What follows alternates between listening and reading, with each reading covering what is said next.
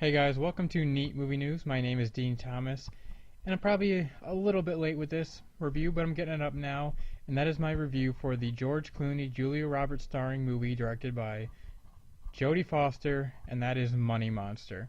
This is a movie that I was really looking forward to. It really caught my attention. It looked like it could be a really powerful movie with something to say. And then I started to hear some mixed reviews, so I was kind of a little concerned, and then going in, I found kind of that mixed review to be kind of what I felt about the movie.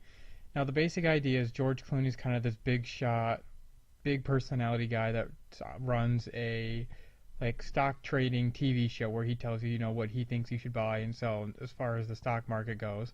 Julie Roberts plays his like producer, his longtime producer, sort of friend, not really friend, and then Jack O'Connell plays who you've seen in like Unbroken and movie 71. If you haven't seen that movie, go check it out. It's on Amazon Prime right now. But he plays this guy that feels he got cheated by George Clooney's character when George Clooney's character told him to go buy the stock. Jack O'Connell's character invested in it and it lost all of his money because of what else happens in the movie. And I think you should go see the movie if you really want to know. That's your basic plot, and I think the stuff between Julie Roberts, George Clooney, and Jack O'Connell's characters all within the studio is really powerful, is really good stuff because the acting performances are top notch from those three. And I think that all was really, really what worked for me.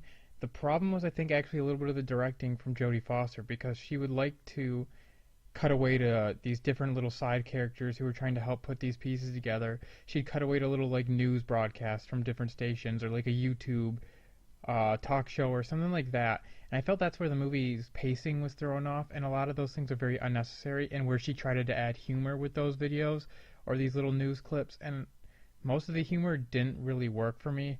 One or two of them right here and there would, but for the most part it didn't. The movie's also a little unbelievable at times because it's like these reporters, one, are something like these giant investigative people that can find out and dig and find all of this stuff. It's like, this is not what you guys are good at, but you're finding a way to do this. And then also, in the trailer, you see George Clooney and Jack O'Connell, like walking down the street of New York, and it's like, I don't think the police would really allow this to happen. And that's the other thing, the police in this movie just allow things to happen.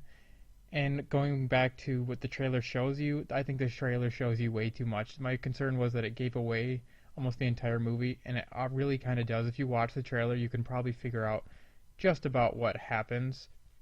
And then another problem the movie had was there's a little too many cliche characters. You've got, the egotistical main character who then kind of starts to turn. You've got the kind of like corrupt businessman. You've got the crazy, like, sideline reporter kind of guy. You got the crazy ex-girlfriend. I mean, like, there's just too many cliche characters all thrown in here. Once again, trying to add some humor into the movie that really didn't work. And if they would have just focused in on George Clooney, Julia Roberts, and Jack O'Connell in the Money Monster studio where the show is shot, that's where it worked because that's where the powerful stuff was, and those are the characters you cared about. You didn't care about the quirky guys outside or anything like that, and yet we would cut away to them too often. So to me, the movie kind of was hit and miss and didn't highlight the strength of it had, and it continued to cut away from them. So for me, I think the movie was just okay. Too many cliche characters. The plot was kind of thrown about when it should have just stayed focused on one thing. So for me, I'll give Money Monster a 55%. Like I said, the stuff with George Clooney characters and all that is really good stuff. Had something to say. It's just when the movie got away from that and tried to introduce all these new little things, and kind of the story's unbelievable too when they start to get outside of the studio. That's when the really kind of like stuff you're like, really, that's what's happening, kind of gets in the way. So for me, Money Monster was an okay movie. If you were looking forward to this movie, I go see it. If not, I would just wait and watch it on TV or cable or something like that. I think you'd enjoy it. I think it'd be a good little cable movie for that. But overall, I think Money Monster was a little bit of a disappointment. So let me know what you guys think. Have you seen this movie? Do you feel the same way I am? Or are you going to catch this thing on cable when it comes out?